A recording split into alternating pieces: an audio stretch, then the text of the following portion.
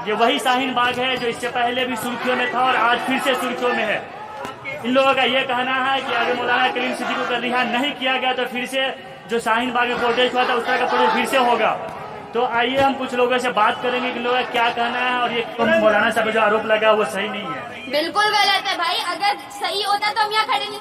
अगर मौलाना साहब की एक भी वीडियो क्लिप ऐसी निकली जिसमें वो सामने वाले को बोल के कह रहे अल्लाहू अकबर बोलो, बिस्मिल्लाहिर्रहमानिर्रहीम बोलो, उस दिन हम यहाँ खड़े होंगे इसी मौलाना के खिलाफ, इसी मौलाना करीम के खिलाफ खड़े होंगे कि आपने ये काम गलत किया है, हमारे हिंदू भाइयों को के साथ आपने गलत किया है। लेकिन जब आपके पास कोई सबूत ही नहीं है तो क्या गलत किया है? कुछ गलत है ही नहीं। तो आपको क्या लगता है किस कारण से उनकी गिरफ्तारी हुई है? अरे ये दिमाग में ना फितूर है, एक बीमारी आ चुकी है इन्हें। मुझे समझ नहीं आता मुसलमानों से तकलीफ क्या है। इतने फुद्दे से मुसलमान है इस देश में, आपकी हालत खराब हो गई मुसलमानों से, आपकी हालत खराब है। इसीलिए आप मुसलमानों के जो मसीहा है, जो अच्छे अच्छे आलिम लोग हैं, उनको आप गिरफ्तार कर रहे हैं। और वही जो हिंदू दारू पी के जय श्री राम बुलवाते हैं उनके साथ क्या कर रहे हैं? वो तो अपने घर में आराम से बैठे हुए हैं। उनको बालाई पहनाई जाती है, उनको बड़ा पद दिया जाता है और ये बोला जाता है बेटा तू बस एक बार बोल दे तूने नहीं किया, हम संभालेंगे। ये हुआ था जब अभी वहाँ पे तभी यही हुआ था, जब प्रोटेस्ट चला था शाहीन बाग तो क्या हुआ था, सामने फायर करी थी उसे, तब क्या करा? कुछ नहीं हुआ, हम संभाल लेंगे। उससे मलाई बनाई जा रही जब वो 20 दिन के बाद बाहर आ रहा है निकल के।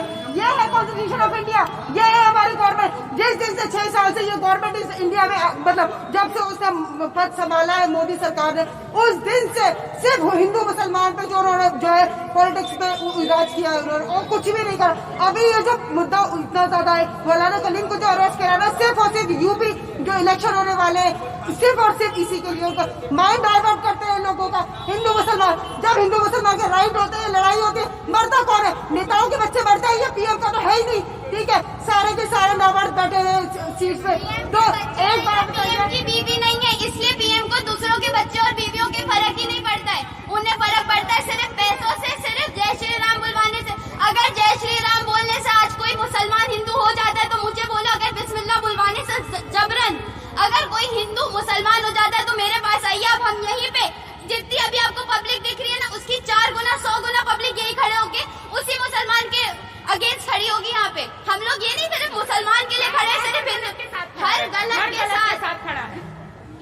लेकिन आप लोग का कहना ये है कि हम फिर से दोबारा शाहीन बाग बनाएंगे जो पहले प्रोटेस्ट। शाहीन बाग तो है ही भाई, शाहीन बाग तो मोहल्ले का नाम है। प्रोटेस्ट होगा या प्रोटेस्ट नहीं होगा उसकी हमको या आपको इन्फॉर्मेशन या हमें खुद ही नहीं पता है। अगर मुसलमानों के साथ या किसी हिंदू के साथ या किसी सिख के साथ गलत होगा तो शाहीन बाग खड़ा होगा। अभी भी शाहीन बाग खड़ा है और तब भी शाहीन बाग खड़ा था, तब बहुत ज्यादा हो चुका था इसलिए शाहीन बाग डटा हुआ था। और अगर ये सब अभी मौलाना कलीम और उनके साथी और यहाँ सामने जो हुआ वो सब सही नहीं हुआ तो शाहीन बाग उसी तरीके से डट के खड़ा रहेगा हमेशा। देखिए, हमारी ये मांग है, मौलाना कलीम सिद्दीकी साहब को जो अरेस्ट किया गया है उन्हें बहुत ही गलत तरीके से अरेस्ट किया गया, एक षड्यंत्र के तहत किया गया, ताकि इलेक्शन का माहौल है और देश में ये जो नफरती चिंटू है, इन्होंने नफरत फैलाने के लिए एक धर्म विशेष के धर्मगुरु को बिना किसी एविडेंस के जो गिरफ्तार किया है, तो इससे साफ जाहिर होता है यहाँ पे इनकी नीति क्या है। जब तक आरोप सिद्ध नहीं होता, हम मानते हैं अगर वो सिद्दीकी साहब अगर गुनाहगार है तो उनको सजा मिलनी चाहिए, लेकिन उन पर जो बेबुनियाद आरोप लगाए गए हैं वो बेबुनियाद है। जब तक आरोप सिद्ध नहीं हो जाते उनको पुलिस कस्टडी से छोड़ देना चाहिए। ये तो जब से बीजेपी सरकार आई तब से मुसलमानों पे जुल्म हो रहा है, फिर आज ही आप लोग भी निकले। देखिए, हमने हमेशा आवाज उठाई है, जब भी हमें आवाज उठाने का मौका मिला है, चाहे एनआरसी हो, चाहे 3 तलाक हो, चाहे मॉब लिंचिंग हो, चाहे पहलू खान वाला मामला हो, चाहे अलवर जो तबरेज अंसारी को मारा गया और बल्लभगढ़ के हाफिज जुनैद को बीफ के लिंचिंग में मारा गया, तो जब भी हमें मौका मिलता है हम आवाज उठाते हैं। लेकिन प्रशासन और सरकार हमारी आवाज को निरंतर दबाने की कोशिश कर रही है, लेकिन हम हार मानने वाले नहीं है। आप लोग का ये कहना है कि हम लोग फिर से जो दूसरे बार शाहीन बाग बनाएंगे तो इससे पहले। देखिए, ये शाहीन बाग है, यहाँ से जब भी आवाज उठी है जुल्म के खिलाफ उठी है और हम पूरी शिद्दत के साथ लड़ेंगे। अगर हमारी मांग पूरी नहीं की जाएगी तो हम लड़ेंगे। अगर बेगुनाह है, अगर वो गुनाहगार है तो हम कहते हैं उनको सख्त से सख्त सजा दी जाए, लेकिन जो कानून में सजा है उसी के हिसाब से सजा दी जाए। एक विशेष समुदाय को टारगेट नहीं करना चाहिए। आखिर हमारा देश संवैधानिक देश है, यहाँ हिंदू मुसलमान सिख ईसाई हमारे सब भाई मिलकर रहते हैं। तो देश को जो तोड़ने का काम कर रहे हैं ये लोग, इन देश को तोड़ने वाली ताकतों के खिलाफ हम इंशाल्लाह लड़ेंगे, हम लड़ेंगे और जीतेंगे। तो इन लोगों का ये कहना है कि अगर ये मौलाना